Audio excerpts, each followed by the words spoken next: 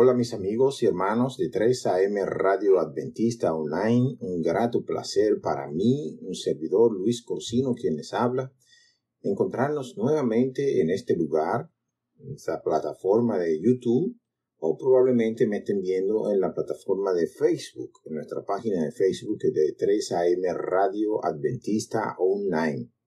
En esta ocasión vamos a finalizar una serie de 2 videos que hemos estado elaborando acerca de la refutación que le hacemos al padre Luis del Toro con respecto al sábado, también en cuanto a la Iglesia de Cristo. Es un video que él realizara en la casa de una familia adventista, supuestamente, que estuvo allí enseñando acerca de la observancia del domingo como el día del Señor o el nuevo sábado cristiano, y también estuvo hablando acerca de la verdadera iglesia que Cristo fundó.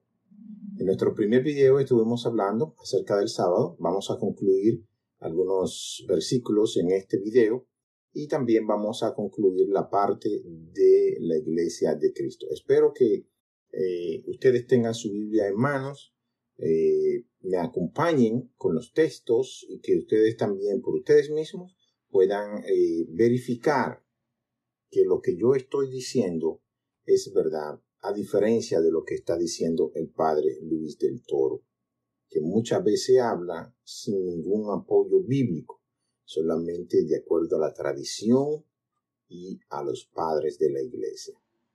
Pero antes vamos a orar, como hacemos siempre, a encomendarnos al Señor para que sea Él, a través del Espíritu Santo, quien dirija esta programación y quien nos guíe a toda la verdad.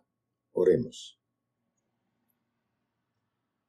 Amantísimo Padre que estás en los cielos, Señor, agradecidos nuevamente estamos de que nos haya permitido, bajo toda circunstancia, estar presente en este momento para estudiar tu palabra. Por favor, permite que el Espíritu Santo me use para que yo pueda hablar palabras de vida para vida eterna. En el nombre de Jesús. Amén. Bien, como les decía, en esta ocasión vamos a estar hablando acerca de, finalizando el primer tema que era acerca del sábado, vamos a tratar algunos versículos y luego entonces vamos a entrar a la parte donde el Padre habla acerca de la iglesia de Cristo, la verdadera iglesia de Cristo, la que Cristo fundó, si todavía está vigente en este momento, y cuáles son las características que representan a esta iglesia. Vamos primeramente, recuerden que estamos hablando de ese video, y nos vamos al minuto 43 con 5 segundos. Vuelve a confirmarle que él está de acuerdo que se reúnan los domingos. Los cristianos, Nuevo Testamento, se reúnen el domingo. Cristo confirma y le dice la paz con ustedes, no tengan miedo. ¿Saben por qué reunían con la puerta cerrada? Por miedo a los judíos. ¿Qué le dice Jesús? No tengan miedo, tranquilo, yo estoy con ustedes. Si los judíos están en contra, yo estoy a favor. Los judíos se reúnen el sábado, yo me reúno con ustedes el domingo. Esas son palabras textuales del padre Luis del Toro, haciendo referencia a ese versículo de Juan 20:26. Más luego, él les dice en el mismo minuto, pero a los 56 segundos. Lo repito, no hay una cita en el Nuevo Testamento, no hay una, donde los cristianos se reunieran el sábado. Sí hay varias donde se reúnen los domingos. Hechos 27. Con respecto a la primera cita del padre Luis del Toro que yo leía, donde él decía que el Señor, cuando entró a la sala donde estaban los discípulos, encerrados por miedo a los judíos, dice que él confirmó que se reunieran en el primer día de la semana, o sea, en domingo, como una nueva opción del cristianismo para diferenciarse del judaísmo. Ciertamente el Padre no está tomando en cuenta, como siempre, el contexto del texto y está haciendo suposiciones de manera personal que no se encuentran en la Biblia en ninguna otra referencia de la palabra de Dios. Ciertamente, en ese último texto de Juan 20:26, donde el Señor vuelve y se encuentra con los discípulos, había una sola razón para eso. En la primera, Él se presentó para confirmarle a los discípulos. Y en ese entonces solamente habían 10. Recuerden que ya Judas no estaba porque había muerto. Y entonces Tomás no quiso reunirse con los discípulos por lo mal que se sentía por la muerte del maestro. Así que al acordar una semana después de reunirse nuevamente, el Señor entra, saluda, paz a vosotros y comienza a hablar con Tomás para entonces hacerle ver que él sí había resucitado en carne y hueso. Claro, una carne ya más santa, una carne diferente, no sujeta a las leyes de la tierra ni de nosotros los humanos. Y demuestra a Tomás, y le dice a Tomás: bienaventurado tú que viste y creíste, pero aquellos que no vieron y creyeron son más bienaventurados que tú, porque han confirmado por la fe que ellos creen en el Hijo de Dios. Bien, pero eso es en esa ocasión. Pero entonces él vuelve en el segundo 56 y dice: lo repito, o sea, de una forma categórica y repetitiva, dice: no hay una cita en el Nuevo Testamento donde se refiera a que los cristianos, y cuando él dice los cristianos se refiere a los gentiles, porque hace mucha diferencia él entre los gentiles que fueron al cristianismo y los judíos que fueron al cristianismo. Pero él llama a los gentiles cristianos. En este caso no hay una sola cita en el Nuevo Testamento donde se refiera a que los apóstoles se reunieron con los gentiles o con los cristianos en el sábado. Y él tiene razón, no hay una sola cita, porque hay varias citas. Y yo le voy a decir, bueno, él está refiriéndose a Hechos 27. El primer día de la semana, reunidos los discípulos para partir el pan, Pablo les enseñaba, habiendo de salir al día siguiente, y alargó el discurso hasta medianoche. Como leímos en este texto, había una razón por la cual Pablo se reunió en el primer día de la semana. La razón era la siguiente, que él tenía que salir al día siguiente. Y por eso aprovechó, como ya no iba a volver en ese momento, aprovechó para tener una lectura, para discutir, para hablar sobre las Escrituras. Y dice que él alargó, o sea, se tomó más tiempo de la cuenta, y nosotros conocemos la historia, que es la historia de Eutico. ¿Qué pasó? Que pasó la medianoche, Eutico estaba sentado en la ventana, y Eutico se durmió y se cayó. Era un muchacho. No va a aguantar el tiempo que Pablo duró hablando, probablemente por horas, sentado en una ventana. El niño se descuidó, los padres se descuidaron, las personas que estaban allí se descuidaron, pues Eutico cayó y murió. Entonces, como aquí se refiere al primer día de la semana, ya entiende él que por ese simple hecho, al igual que como Jesús, por el simple hecho de aparecérsele a los discípulos en esos 2 días de primer día de la semana, está confirmando que él aplaude, que él acepta y que le agrada la idea de que ahora, ya como por un acto de magia o por un simple capricho de los discípulos, ellos se reúnen los domingos, y que toda la santidad, todas las bendiciones y lo que el Señor hizo en sábado, pues todo eso automáticamente pasó al domingo. Tan simple como eso. Ahora, vamos a la parte donde él dice que no hay una sola cita en el Nuevo Testamento que hable que los discípulos se reunían con los cristianos en sábado. Primera cita que le voy a hacer referencia, Hechos 13:42. Dice, cuando salieron ellos de la sinagoga de los judíos, que es uno de los textos que él utiliza para decir, oh, mira, tú ves, era en la sinagoga de los judíos. Como era en la sinagoga de los judíos no se van a reunir el primer día de la semana, ellos se reúnen los sábados, por lo tanto, era lógico que se reunieran en sábado.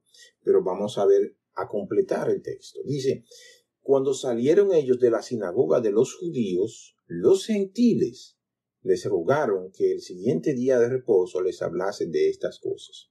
O sea, en ese texto, sin tener que especular ni hacer suposiciones, entendemos que los apóstoles o Pablo sí se reunía con los cristianos en sábado y los cristianos tenían la costumbre de oír a Pablo en sábado. No porque Pablo fuera judío y solamente se reuniera los sábados, porque hay otra cita donde ellos se reunían todos los días. Ahora bien, en Hechos 13:44 dice lo siguiente. El siguiente día de reposo se juntó casi toda la ciudad para oír la palabra de Dios. Quiere decir eso dos cosas. O toda la ciudad era judía o toda la ciudad era gentil. O probablemente había una mezcla de ambos, pero ciertamente la mayoría era gentil. Porque ese día ellos se reunían en sábado. Ellos dicen que casi toda la ciudad se reunió el siguiente día de reposo para oír la palabra de Dios. Tercer texto o cita para hablar acerca del sábado, que los gentiles sí se reunían en sábado, dice lo siguiente. Hechos 16:13. Y un día de reposo salimos afuera de la puerta, junto al río, donde solía hacerse la oración, y sentándonos hablamos a las mujeres que se habían reunido. O sea, no solamente salieron ese sábado a hacer la oración o a estar en la orilla del río, sino que dice que allí solía hacerse, o sea, era una costumbre reunirse en ese lugar para hacer la oración, especialmente en sábado, y allí estaba un grupo de mujeres a las cuales él les predicó. Cuarto texto o cuarta cita. Hechos 18:4. Y discutía en la sinagoga todos los días de reposo y persuadía a judíos y a griegos. O sea, no entiendo cómo el padre Luis del Toro puede obviar esos textos que hablan acerca de que los discípulos se reunían en sábado, tanto con judíos como con gentiles, porque esa era la costumbre, esa era el mandamiento, reunirse en sábado para hablar de la palabra de Dios y para adorar al Señor. Bien, vamos a la siguiente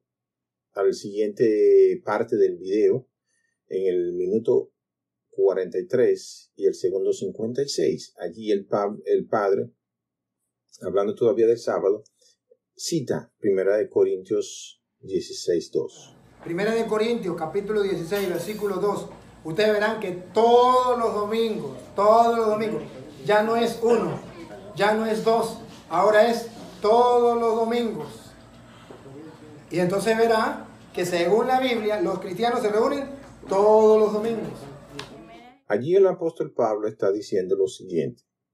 Cada primer día de la semana, cada uno de vosotros ponga aparte algo, según haya prosperado, guardándolo para que cuando yo llegue no se recojan entonces ofrendas. Lo primero es que en este texto, cuando tú lees, tú te das cuenta que primero el apóstol Pablo no está mandando aquí a nadie a que se reúna en domingo. Lo que está diciéndole es que cada primer día de la semana, todo aquel que quiera que el Señor lo mueva a guardar algo en su casa, lo haga para que cuando Él llegue ya no haya necesidad de estar recogiendo ofrendas, sino que ya todo esté preparado. Y Él pone un día, el primer día de la semana, que todo el mundo pueda hacer eso. En ninguna parte del texto está sugiriendo que se haga un culto, porque Él dice, oh, bueno, mira, los sábados, si van los sábados, los cristianos no se reunían los sábados, ¿cómo van a coger ofrenda los sábados si no se reúnen los sábados? Pero en ninguna parte del texto, en su contexto, está mandando a que se reúnan, sino que cada uno de vosotros, o sea, de ustedes, aparte algo, según le haya prosperado, guardándolo para que cuando yo llegue, entonces no haya necesidad de estar de casa en casa recogiendo ofrenda, ni llamando a fulano, ni a perencejo, mira, tú tienes algo, no. Cada uno tiene en su casa guardado lo que tiene que guardar, según lo que el Señor le ponga. Y entonces cuando el apóstol venga, él va a recoger todo eso y va a encargar un grupo de hermanos para que lo llevaran a Jerusalén. Simplemente eso. El texto no está implicando ningún tipo de reunión, ni ninguna misa, ni ningún culto religioso, ni ninguna homilía, nada absolutamente. No entiendo de dónde el padre entonces saca la idea de que eso era una reunión. En el video, en el minuto 47, en el segundo 20, allí el padre vuelve a citar otro texto bíblico, en esta ocasión Hechos capítulo 17, versículo 1. Hechos 17:1. Y ustedes verán que es mentira que los cristianos deberían el domingo. Porque ahí los adventistas malinterpretan las escrituras. Ella va a leer despacio y yo le voy a mostrar dónde está la mala interpretación y le voy a mostrar con claridad qué es lo que dice la Biblia. Bien, leemos en Hechos 17, del 1 en adelante, que dice lo siguiente. Pasando por Anfípolis y Apolonia, llegaron a Tesalónica, donde había una sinagoga de los judíos. Y Pablo, como acostumbraba, fue a ellos y por 3 días de reposo discutió con ellos. Ahora bien, ellos lo que dicen es, los adventistas del séptimo día toman ese texto para decir que Pablo acostumbraba a reunirse los sábados con los cristianos, pero cuando él hace referencia al versículo 1, donde dice específicamente que la sinagoga era de los judíos. Claro está, la sinagoga era de los judíos y ellos acostumbraban a reunirse en sábado. Pero el texto 2, el versículo 2, está haciendo referencia a la costumbre de Pablo, no de los judíos. Porque Pablo también, aparte de todo, era judío y observaba la ley, era celoso con la ley. Así que Pablo tenía su costumbre de ir los sábados a la iglesia, a la sinagoga, y también discutía con los judíos en las sinagogas en esos días. Pero como ya en la parte anterior, yo le di 4 o 5 citas en donde Pablo sí se reunía los sábados con los gentiles, o vamos a decirlo al contrario, los gentiles o los cristianos se juntaban con Pablo, según la costumbre de Pablo, para estudiar la palabra de Dios en sábado. Como siempre, el padre no toma en cuenta el contexto de lo que está leyendo. Primero, obvia el hecho de que la costumbre era de Pablo de ir a la iglesia, de reunirse los sábados. Y pone de plano el hecho de que el lugar era propiedad de los judíos y además de eso no continúa leyendo más adelante en los versículos 4, 5, 12, 17 y 34, donde se dice que algunos de ellos, o sea, de los judíos, y creyeron y se juntaron con Pablo y Silas, y de los griegos piadosos, gran multitud y mujeres nobles, no pocas. O sea, solamente él dice, Pablo se reunía con los judíos porque era judío y la sinagoga era de los judíos. Pero cuando él, si él siguiera leyendo más para abajo, se diera cuenta que en esa sinagoga, a pesar de que era de los judíos, propiedad de los judíos, allí también estaban los gentiles. Si leemos el versículo 4, 5, 12, 17 y el 34, nos vamos a dar cuenta. Versículo 4 dice, y algunos de ellos creyeron y se juntaron con Pablo y con Silas, y de los griegos piadosos gran número, y mujeres nobles no pocas. Versículo 12, así que creyeron muchos de ellos, y mujeres griegas de distinción, y no pocas.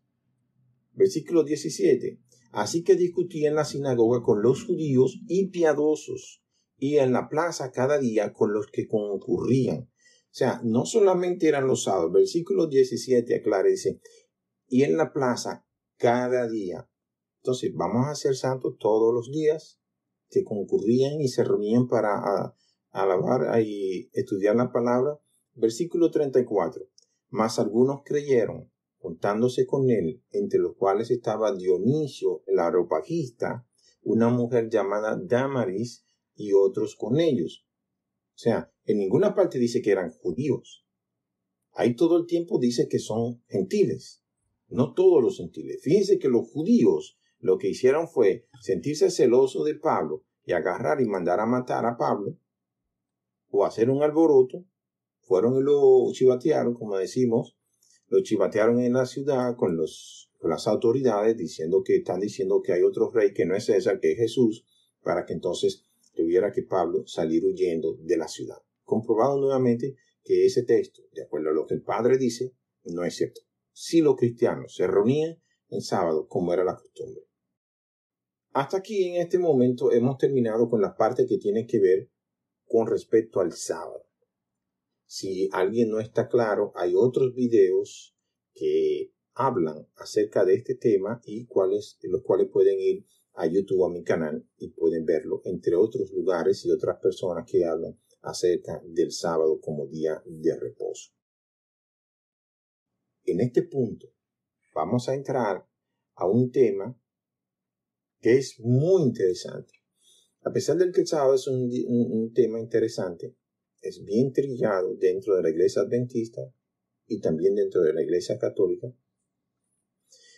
No tanto esta de la verdadera iglesia o la iglesia que Cristo fundó. Porque nunca los adventistas dicen que la iglesia adventista es la iglesia que Cristo fundó.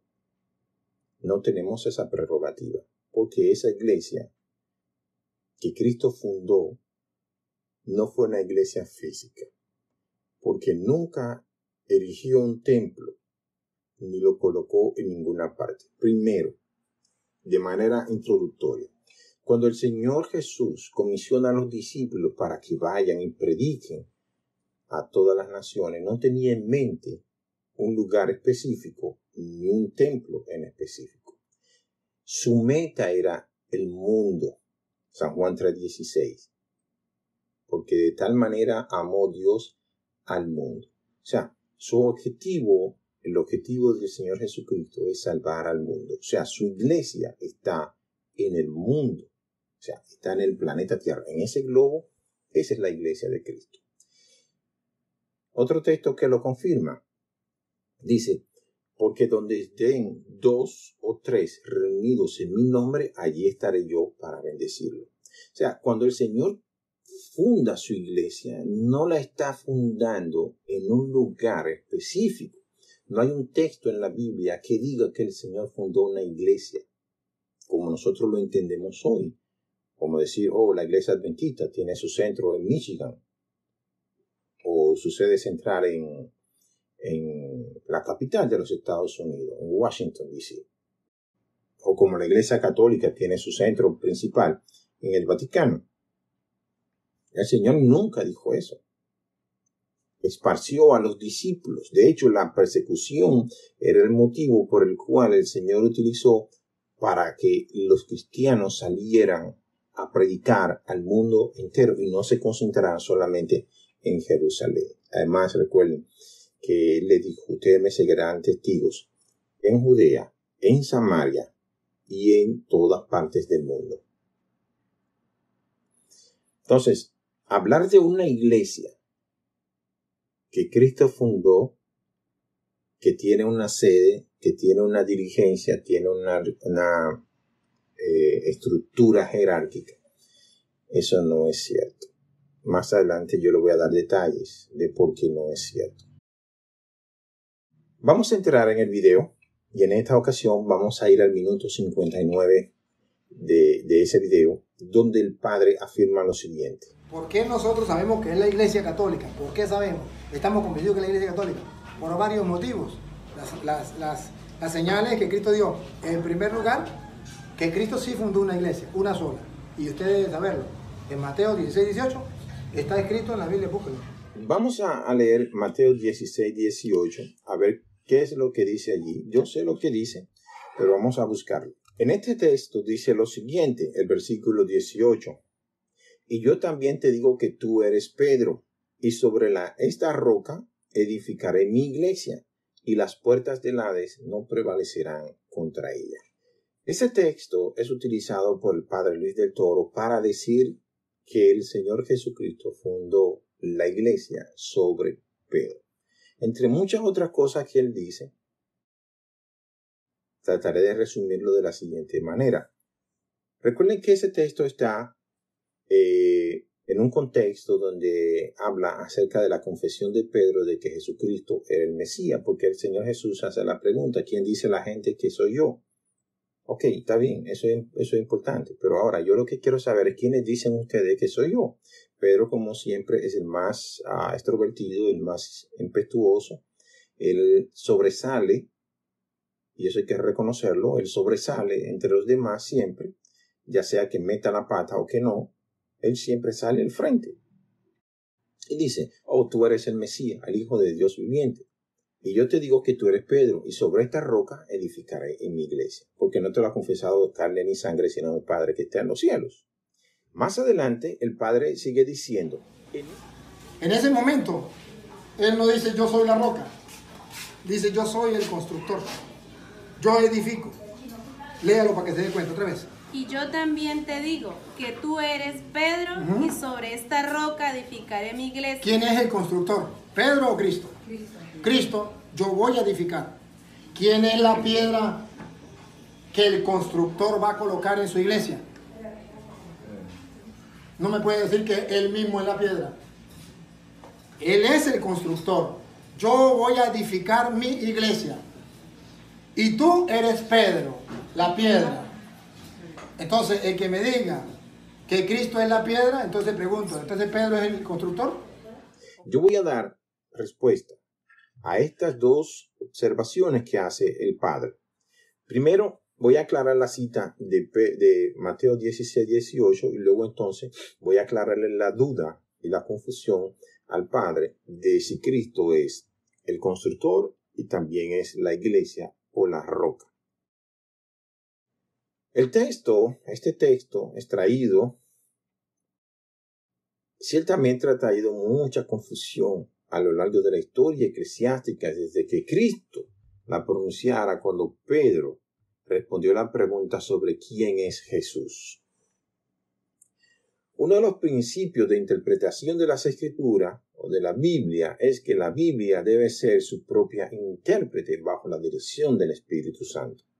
Otro principio es que cuando un texto no es lo suficientemente claro para entenderlo, debemos ir al contexto inmediato, leyendo más arriba, pero también leyendo más abajo, o el capítulo completo. Así entonces podemos tener una mayor comprensión de lo que estamos leyendo. Y les voy a poner un ejemplo. Imagínense ustedes que ustedes vayan a una galería de arte en donde uno de esos cuadros famosos esté cubierto y solamente una pequeña porción del cuadro esté descubierto. ¿Pudiera usted describir todo el cuadro? Claro que no, no pudiera. Aunque fuera un cuadro que usted conoce, si solamente le presentan una pequeña porción de cualquier parte, usted pudiera solamente comenzar a suponer que es esto o es aquello, pero no tendría la seguridad. Ahora, cuando usted se le quita el velo, cuando usted puede ver el cuadro completo, entonces usted puede hablar acerca del cuadro, describir el cuadro, los colores, las formas, la textura, el paisaje, todo lo que implica una obra de arte y puede dar su opinión sin necesidad de estar suponiendo ni de estar sugiriendo, porque el cuadro está allí y no hay nada que decir en contra, solo la percepción que yo pueda tener del cuadro. Así también en la palabra de Dios. No podemos agarrar un texto y querer nosotros ver el cuadro completo a través de un solo texto. Hay textos que son difíciles y que para poder entender no solamente hay que leer el capítulo, hay que leer el libro o hay que leer todo el libro completo, o sea, la Biblia completa. ¿Dónde está el punto de controversia en este texto? Precisamente en el lenguaje. Al traducir del griego al latín y luego al español, muchas veces se va perdiendo algo en el camino y entonces es necesario volver al idioma original en que se escribió para ver qué realmente está diciendo el escritor con tal o cual palabra. Esto sucede con la palabra roca. Para la palabra roca hay varias palabras que se utilizan. Por lo que hasta ahora a nosotros nos ha llegado como roca es un nombre propio que es Pedro. Petros, utilizada en el lenguaje original, es Petros. Pero no solo eso, sino que Jesús utiliza en ese mismo versículo otra palabra para referirse a roca, la cual es Petra. O sea, tenemos dos palabras en un solo versículo para referirse a un solo objeto. Tenemos Petros y tenemos Petra.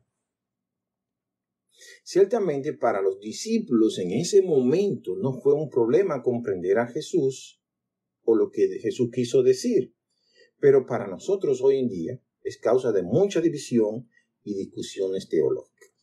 Según los eruditos en la materia, dice que hay 3 posibles interpretaciones del texto.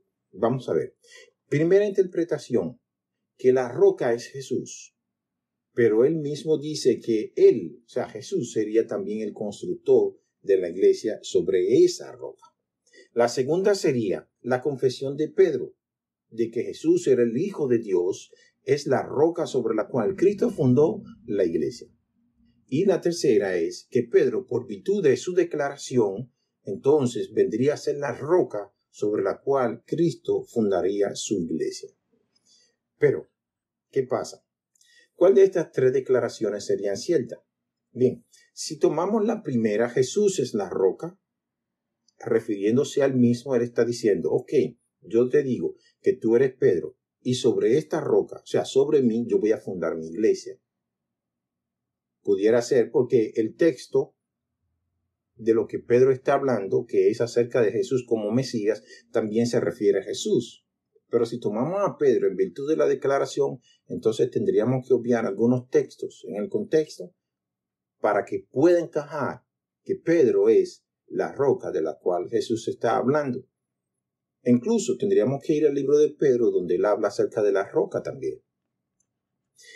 Realmente no hay que ser un erudito en la materia para entender que desde el versículo 13 al 20 de quien se está hablando es del propio Jesús. Y estoy hablando en Mateo 16, del 13 al 20. Allí se está hablando de Jesús como Mesías.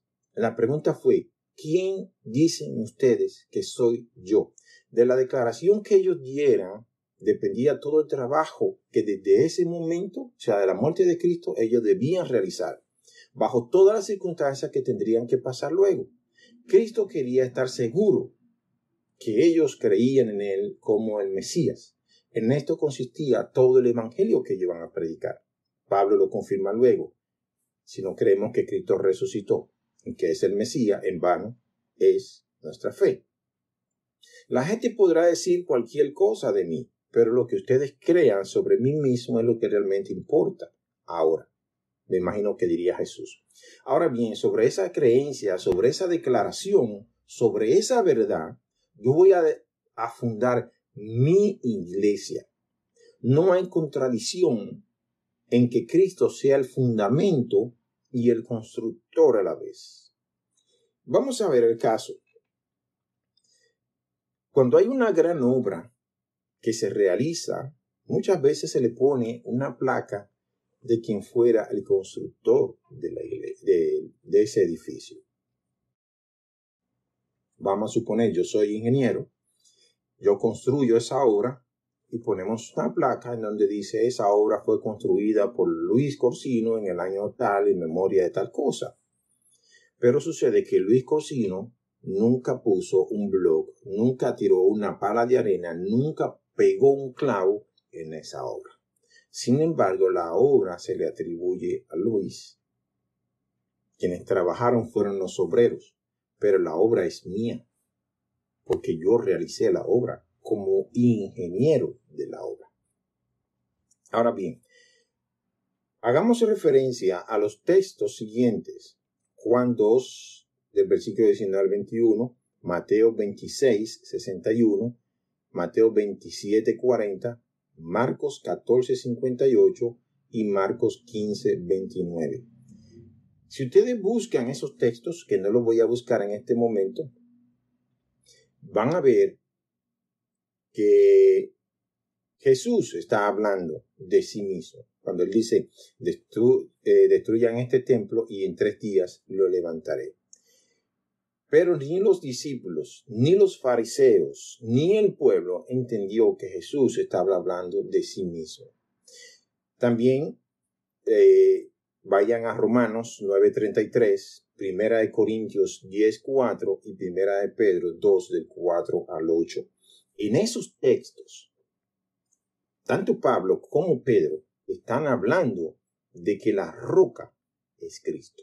No de que el Señor le dio la autoridad, como dice el Padre, de que, Jesús le dio la autoridad a Pedro de que él fuera la roca y también le dio la llave de los cielos para que todo el que vaya a entrar, Pedro sea el que tenga la autoridad para decir si entra o no entra, si le abre o si no le abre. Yo no entiendo de dónde saca el Padre Luis del Toro semejante disparate.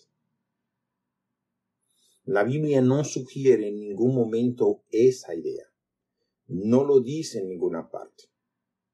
Vamos al video en el tiempo 1 hora, 4 minutos, 43 segundos. Allí el Padre dice lo siguiente. Pero ahora, ¿cómo sabemos que esa iglesia de Cristo es la iglesia católica? ¿Y que sirve para la salvación? Ahora. En la iglesia que Cristo fundó ahí, ¿habrá un jefe? ¿Habrá quien tiene autoridad? ¿Habrá quien va a gobernar esa iglesia? Vamos a ver. Ahora, vamos a quitarle que no sea la piedra, Pedro. Está bien. Pero ¿a quién le dio las llaves, ojo, del reino de los cielos? Pero yo le puedo mostrar que se la dejó a Pedro. Y si le dejó las llaves del reino de los cielos, ¿qué significa? Que la salvación suya y mía, que es entrar al cielo, está en la iglesia que él fundó y le dejó a Pedro las llaves. Eso se llama teología.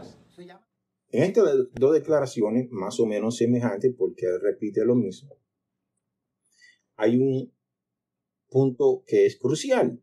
El Señor le entrega unas llaves a Pedro. Y él entiende, o no solo él, sino la iglesia, que con ese acto de entregar la llave a Pedro, le está dando la autoridad sobre la iglesia para ser el jefe de la iglesia. Yo voy a desmontar esa teología de los católicos con estas declaraciones que voy a dar. En esta parte del video quiero enfocarme en esas 2 declaraciones que dio el Padre Luis del Toro, en la que Cristo dio las llaves, o sea, la autoridad a Pedro para ser el jefe de los cielos, de la iglesia, pero también tener autoridad en los cielos para poder dejar entrar a quien él entienda que debe de entrar. Pedro tiene la autoridad para abrir y cerrar puertas a los que quieran entrar en el cielo. Ciertamente el acto de entregar las llaves tiene un simbolismo histórico hasta nuestros días, hasta nuestra época. Todavía hoy en día se realiza en muchas partes del mundo el acto de entregar simbólicamente las llaves de una ciudad a algún ciudadano, algún personaje sobresaliente o reconocido por algún acto o hecho o trayectoria. Pero eso en ningún momento significa que la persona a la que se le entregan las llaves tenga la autoridad de decidir nada sobre esa ciudad, ni de permitir o impedir el paso a alguna persona. Solo es un acto simbólico. En otros videos sobre el mismo tema, el Padre utiliza el texto de Isaías 22:22. Allí, si ustedes van a Isaías capítulo 22, en los versículos anteriores y posteriores, está hablando de un mayordomo. Un mayordomo. Hilcías va a ser el nuevo mayordomo porque el que está no está haciendo las cosas bien. Así que él le dice, yo voy a poner la llave sobre su hombro. Pero cuando nosotros vamos al texto y lo utilizamos, vemos que no se está refiriendo a Pedro. Él utiliza eso para indicar que ya estaba profetizado, o sea, el versículo 22, para indicar que ya estaba profetizado que el Señor iba a dar las llaves a Pedro y que éste podía abrir y nadie podía cerrar y que podía cerrar y que nadie podía abrir. Pero cuando echamos una mirada a lo que dice la Biblia en otras partes con respecto al mismo tema, vemos que Isaías, tanto en su contexto como en el texto, no está hablando de Pedro, sino de Jesús. Vamos a Isaías 9:6 y Apocalipsis 3:7. En esos dos textos, no voy a estar leyéndolo porque me ocupo mucho tiempo.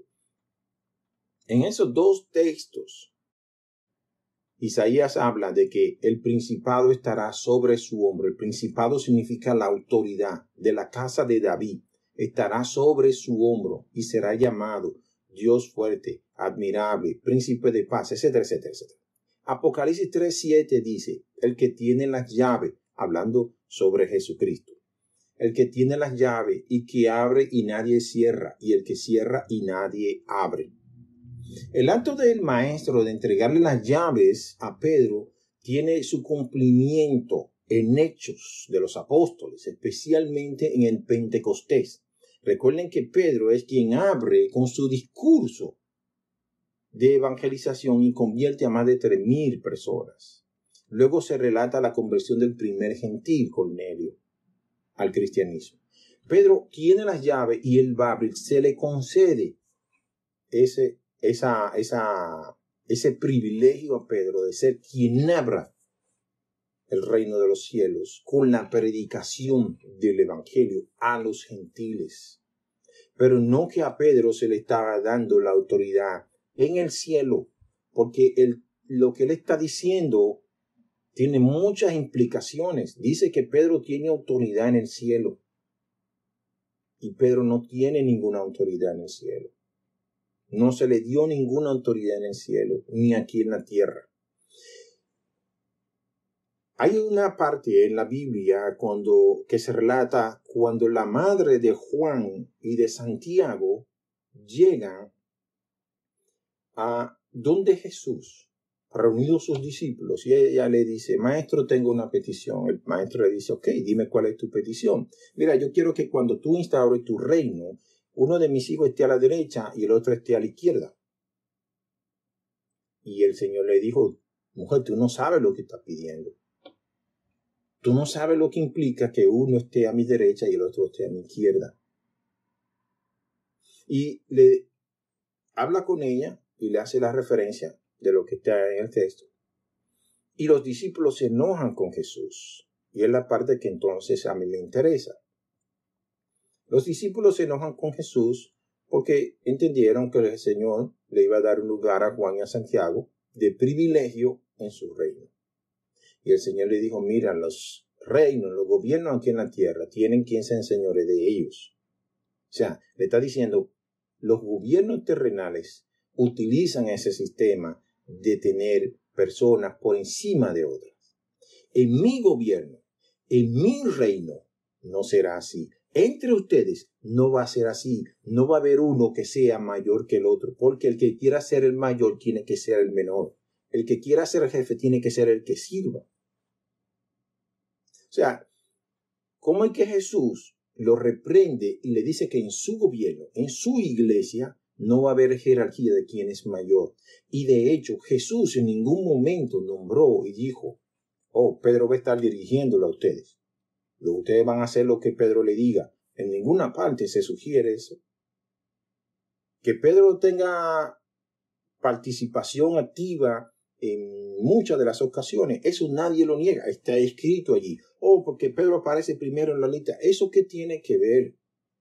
Eso no tiene ninguna importancia, no tiene ninguna preeminencia. Pedro era una persona extrovertida, una persona impetuosa, una persona que sobresalía. Eso nadie se lo niega a Pedro. Tiene sus virtudes, como también tuvo sus defectos. Y fue uno de los apóstoles más destacados.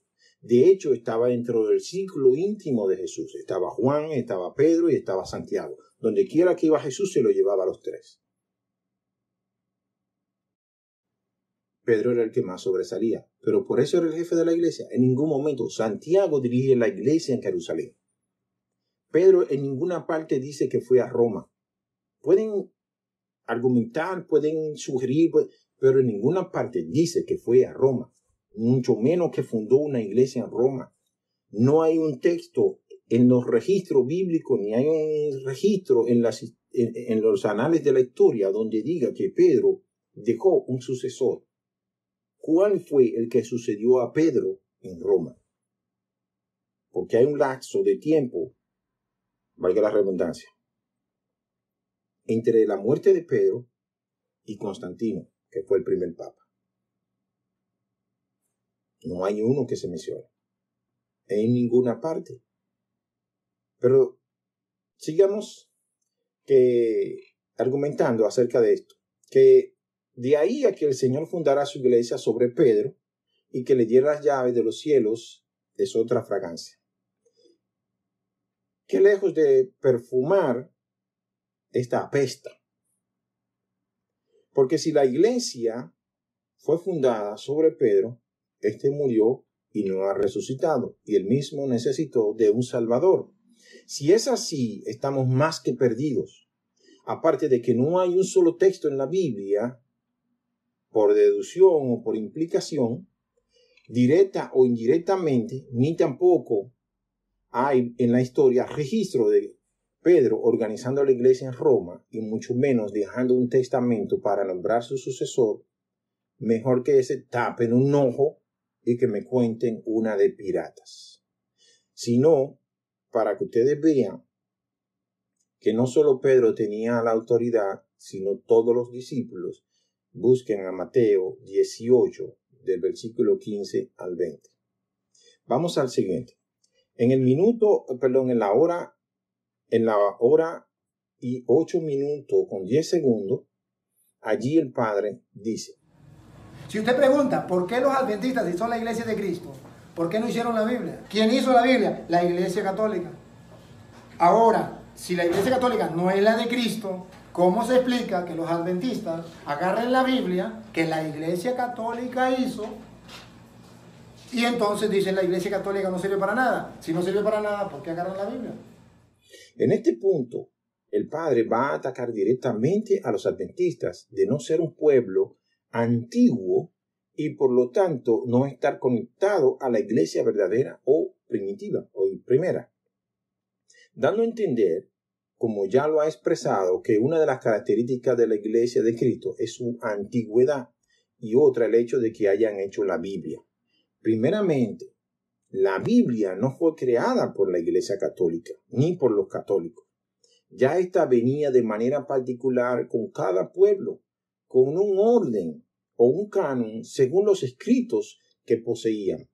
Algo sí hay que reconocerle a la iglesia católica, y es la compilación y la forma que tiene la Biblia en la forma actual que nosotros tenemos hoy, incluyendo los libros apócrifos. Pero de ahí a que crearan o hicieran la Biblia, no es cierto en lo absoluto. Y la Biblia que usamos es la versión que no contiene los libros apócrifos o deuterocanónicos o fuera del canon, por no ser libros inspirados por el Espíritu Santo y estar en completa contradicción con el resto de la Biblia. ¿De dónde le surge al padre Luis del Toro? ¿Bajo qué argumento o bajo qué base histórica él puede decir que la Iglesia Católica hizo la Biblia? Cuando los apóstoles comenzaron a escribirle cartas a las iglesias, fueron haciéndose copias para llevar a otros lugares. Esas copias eran guardadas y atesoradas en la iglesia, y en la medida en que viajaban, llevaban de un lugar a otro ciertas cartas y ciertos documentos que eran leídos en esas iglesias. Las iglesias locales guardaban registros de esos libros y ellos mismos organizaban sus, vamos a decir así, su canon. Algunos reconocían, otros no reconocían, y eran diferentes en todas las partes del Medio Oriente donde se predicó el Evangelio. Es ya para la época cuando la iglesia, como iglesia en sí, agarran los diferentes escritos y a través de estudios y a través de mucha investigación compilan todos esos escritos y los reúnen en un volumen completo, en donde ellos incluyen no solamente los libros del judaísmo, que son el Antiguo Testamento o la Septuaginta, sino que también incluyen los escritos de los apóstoles, los de los evangelios, las cartas de Pablo, la de Pedro, Juan, Santiago, Judas y el libro de Apocalipsis de Juan. Y los juntan, aparte de otros como el Macabeo, como Judith, como Esther, como Daniel, como Sabiduría, que son otros textos deuterocanónicos que ellos incluyen dentro de su canon, que es la Vulgata. Esa es la Biblia de los católicos. La Vulgata latina incluye los 66 libros que tienen los protestantes, más los libros deuterocanónicos, que al final son como 72, algo así. Pero en ninguna parte, Dios mío, ¿de dónde saca el padre Luis del Toro que la Iglesia Católica hizo la Biblia? Se le reconoce, se le agradece, y estoy seguro que fueron utilizados por el Señor en esa obra de preservar su iglesia. Pero no fue por otra razón, sino por la que ellos mismos se han atribuido.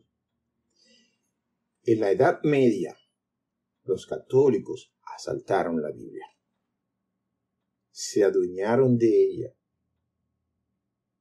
y prohibieron al pueblo el uso de la palabra de Dios, aluciendo que el pueblo no sabía leer y que no podía interpretar, no tenía el conocimiento para interpretar.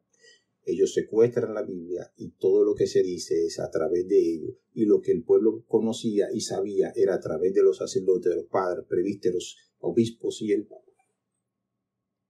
Por eso llega Martín Lutero, Juan Wycliffe, Juan Hus, Jerónimo, Zwinglio y todos los reformadores para llevar entonces la Biblia al pueblo, para que el pueblo entienda por él mismo y no que solamente estemos siendo alimentados como niños a través de los sacerdotes que decían lo que querían y el pueblo tenía que decir amén. Bien, mis amigos y hermanos, espero que el Señor nos haya guiado en este viaje de 2 videos que hemos realizado. Hay otro video que vamos a estar hablando, los cuales espero que ustedes también puedan ver, que puedan compartir. Recuerden, estamos en YouTube, está debajo en nuestro canal de YouTube de 3AM Radio Adventista Online. Denle me gusta, síganlo. También estamos en Facebook, estamos en Twitter, estamos en Instagram, estamos en todas partes para que este evangelio pueda ser predicado a todo el mundo. La idea no es que me den like, la idea no es que me sigan, la idea es que ustedes vean estos videos, ustedes puedan entenderlo, estudiarlo, busquen su Biblia, lean. Es lo único que nos va a ayudar a nosotros a poder mantenernos, aparte de nuestra fe, es el conocimiento, porque por falta de conocimiento es que el pueblo perece, porque estamos dependiendo de otros que nos echen la comida en la boca y nosotros no estamos haciendo la diligencia para nosotros poder aprender y conocer por nosotros mismos. Hasta que nosotros no hagamos eso, van a haber gente como el padre Luis del Toro enseñando teorías y enseñando doctrinas falsas. La iglesia de Cristo no se reconoce por su antigüedad. No existe una iglesia de Cristo. No existe un templo que pueda decir, por más antiguo que sea, que es la iglesia que Cristo fundó, porque la iglesia que Cristo fundó tiene que mantener la sana doctrina. Y la iglesia católica no tiene ninguna sana doctrina. Mantienen allí todas las doctrinas heréticas que ellos condenaron. Adoración a los santos, adoración a la Virgen María, oración a los muertos, el estado de los muertos, el infierno, el tener un papa, el tener un sacerdote cuando el sacerdocio desapareció, hacer misa, el rosario, aparte de todas las atrocidades que hicieron en la Edad Media. ¿Cómo pueden decir en este momento que la Iglesia Católica es la iglesia que Cristo fundó? Nos vemos en una próxima ocasión, en la cual espero que me acompañen. Solamente yo le pido, compartan el video, vean el video, analicen el video. Cualquier comentario pueden dejarlo a favor o en contra. Yo no me enojo. Esta es palabra de Dios y nunca un profeta de Dios fue bien recibido. Por el contrario, el propio Jesús dice que a todos los mataban y los perseguían. Nuevamente, que el Señor los bendiga. Nos vemos. Será hasta la próxima, cuando entonces vendremos con un nuevo tema a debatir la palabra de Dios. Dios los bendiga.